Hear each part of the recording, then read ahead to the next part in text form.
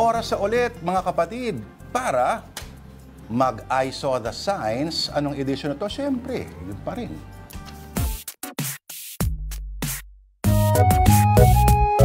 Of course, mga kapatid, I saw the signs. May kinalaman pa rin sa COC Filing Edition. Ang mga pictures natin ay mula sa Follow the Trend Movement or FTTM on Facebook.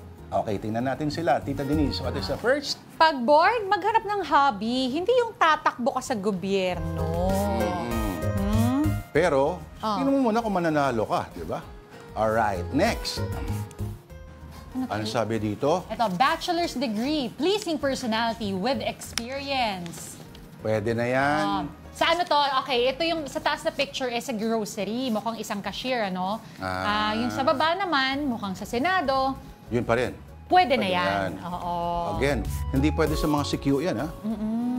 Oy, di ba merong may Neurotest. psychological Yes. exam, NBI. walang record dapat. Oo, nako. Okay, next. Ano nakasulat? Ito, akala ko magpa-file ng COC. Diyos ko, akala ko nag-file na rin ng COC kasi tayo nila, di ba? Oo. Natataon sa mga bali-balita the last 8 days nga. Pa-picture nga tayong ganyan. Try natin. Dapat pala ginawa natin Actually, yun, pwede natin gawin ngayon yan. Habang nag-extra tayo. Ayan.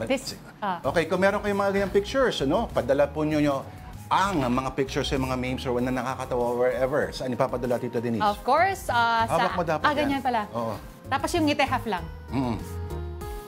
Afternoon Delight, on@gmail.com.